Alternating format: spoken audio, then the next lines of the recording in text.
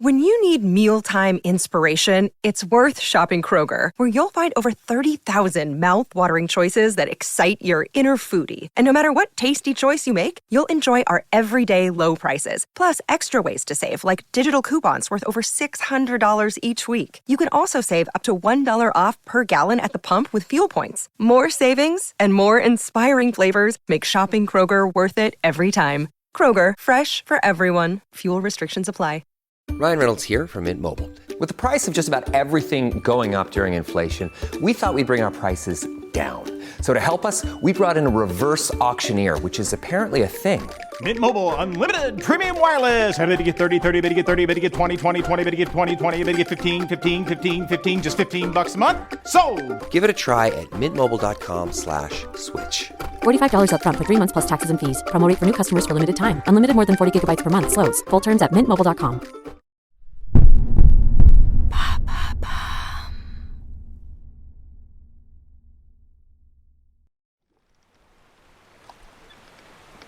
Une semaine s'est écoulée depuis le départ du navire. Sarah, pour qui c'est le premier voyage en mer, se sent de plus en plus anxieuse. Les murmures incessants des marins à propos de sa présence sur le bateau l'angoissent. Toutes ces histoires de fantômes et de malédictions, racontées à la tombée de la nuit, lui donnent des insomnies. Il est minuit passé et Sarah, les yeux grands ouverts dans son lit, tente désespérément d'apaiser son esprit. Elle pense à Benjamin, son époux, qui sait toujours comment la rassurer. Ne t'en fais pas. Ce ne sont que des histoires pour occuper l'esprit des marins. Nous serons bientôt de retour et tout ira bien, tu verras. Lui dit-il souvent en l'embrassant doucement sur le front. Elle revoit Sophia, qui joue joyeusement sur le pont. Les marins sont extrêmement gentils avec elle, lui apprenant les nœuds marins et lui racontent des histoires de leur voyage. Voir Sophia heureuse est la seule chose qui ne lui fait pas regretter cette expérience. Sarah ferme les yeux et se blottit dans son lit. Quand, soudain, le bateau tangue violemment. Le tonnerre gronde.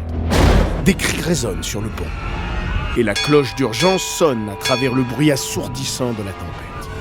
Saisie de peur, Sarah se précipite hors du lit et enfile ses vêtements. Elle ouvre la porte de sa cabine et sent le vent et la pluie s'abattre violemment sur elle. Le Marie Céleste, pris dans la tempête, est perdu dans l'immensité de l'Atlantique. Sarah, trempée et glacée jusqu'aux os, se ferait un chemin à travers le pont inondé. « Benjamin ! Benjamin !» crie-t-elle, sa voix se perdant dans le rugissement du vent et des vagues. Alors qu'elle avance péniblement, elle trébuche. Sarah se rattrape à une corde et voit Benjamin lutter contre la tempête pour sécuriser les voiles. Leurs regards se croisent. « Allez Sarah, rentre! Reste avec Sophia !» Mais avant qu'elle ne puisse réagir, une vague immense s'abat sur le pont. Sarah, projetée contre la rambarde, se relève péniblement, le cœur battant à tout rompre. Elle parvient à regagner la cabine où Sophia, terrorisée, l'attend. Elle la prend dans ses bras et essaye de la rassurer malgré sa propre panique. Dans cette nuit de chaos, Sarah ne peut s'empêcher de se demander si les croyances des marins vont se révéler prophétiques.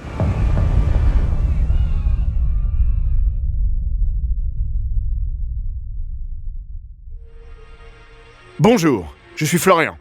Bienvenue dans Les Fabuleux Destins. Cet épisode est le deuxième que nous consacrons à l'une des plus grandes énigmes de la mer. L'histoire du Marie Céleste, véritable mystère qui n'est toujours pas résolu. Ce bateau a été retrouvé à la dérive sans aucune âme à bord. Aujourd'hui, je vous parlerai des dernières informations que nous avons sur le voyage du Marie Céleste.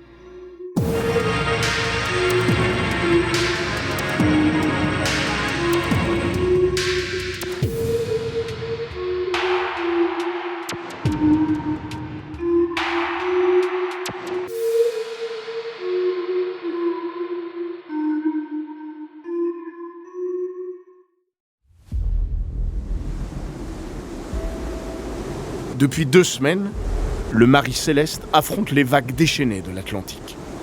Le capitaine Briggs, malgré la fatigue et le stress incessant, se tient inébranlable à la barre. Ces hommes sont visiblement à bout de force. Leurs visages sont creusés par l'épuisement et leurs yeux fatigués reflètent les nombreuses nuits sans sommeil. Conscient de l'état de son équipage, Benjamin parcourt le pont, détrempé. Il s'arrête auprès de ses marins pour les encourager. Tenez bon, mes braves! Nous avons traversé des mers bien pires, et chaque tempête passée est une tempête que nous ne reverrons plus. L'horizon nous réserve des jours meilleurs, je vous le promets.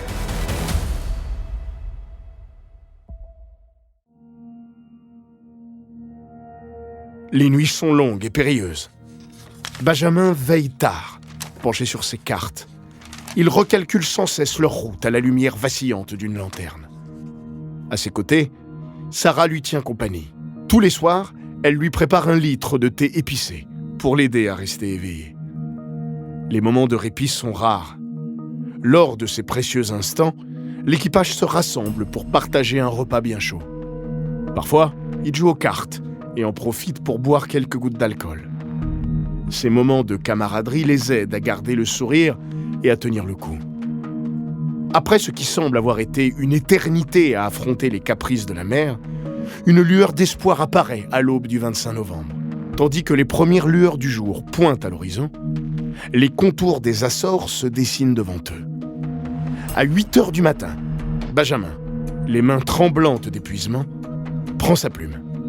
Il écrit dans le journal de bord du navire. Après 2 semaines de combats acharnés, les Açores pointent enfin à l'horizon. L'équipage est sain et sauf. Ces mots seront ces derniers.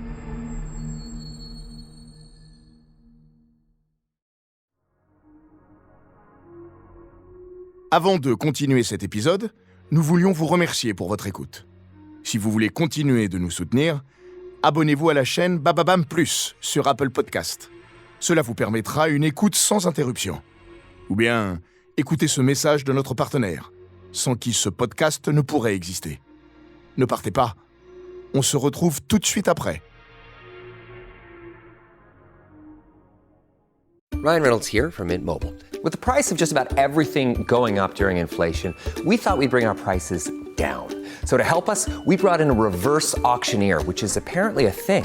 Mint Mobile Unlimited Premium Wireless. How to get 30, 30, bit to get 30, bit to get 20, 20, 20, bit to get 20, 20, bit to get 15, 15, 15, 15, just $15 a month? Sold! Give it a try at mintmobile.com/switch. $45 up front for 3 months plus taxes and fees. Promo rate for new customers for limited time. Unlimited more than 40 gigabytes per month. Slows full terms at mintmobile.com.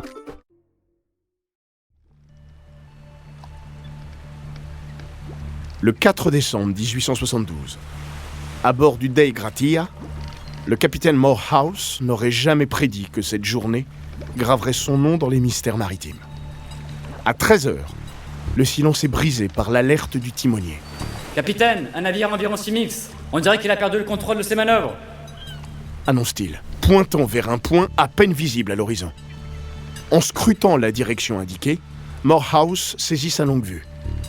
Le voilier à distance fait des embardées imprévisibles. Ses voiles battant faiblement comme si elles étaient abandonnées à leur sort.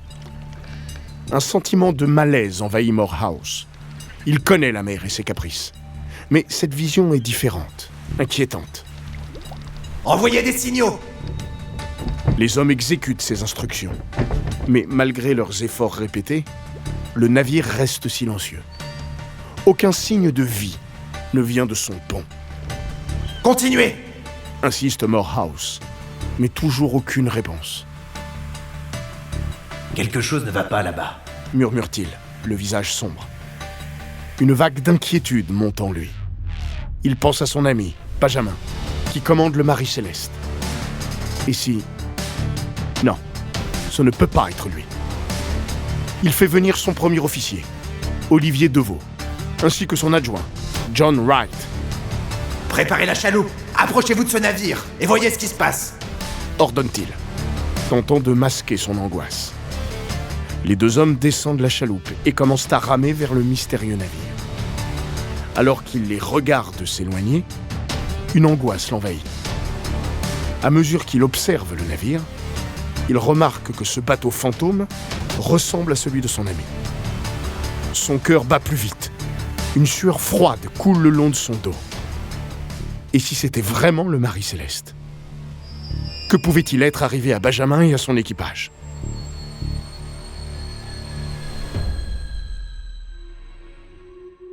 Merci d'avoir écouté cet épisode des Fabuleux Destins, écrit par Clémence Setti et réalisé par Matthew Rock. Dans le prochain épisode, je vous raconterai ce que l'équipage du capitaine Morehouse trouvera à bord. En attendant, si cet épisode vous a plu, n'hésitez pas à laisser des commentaires et étoiles sur votre appli de podcast préféré.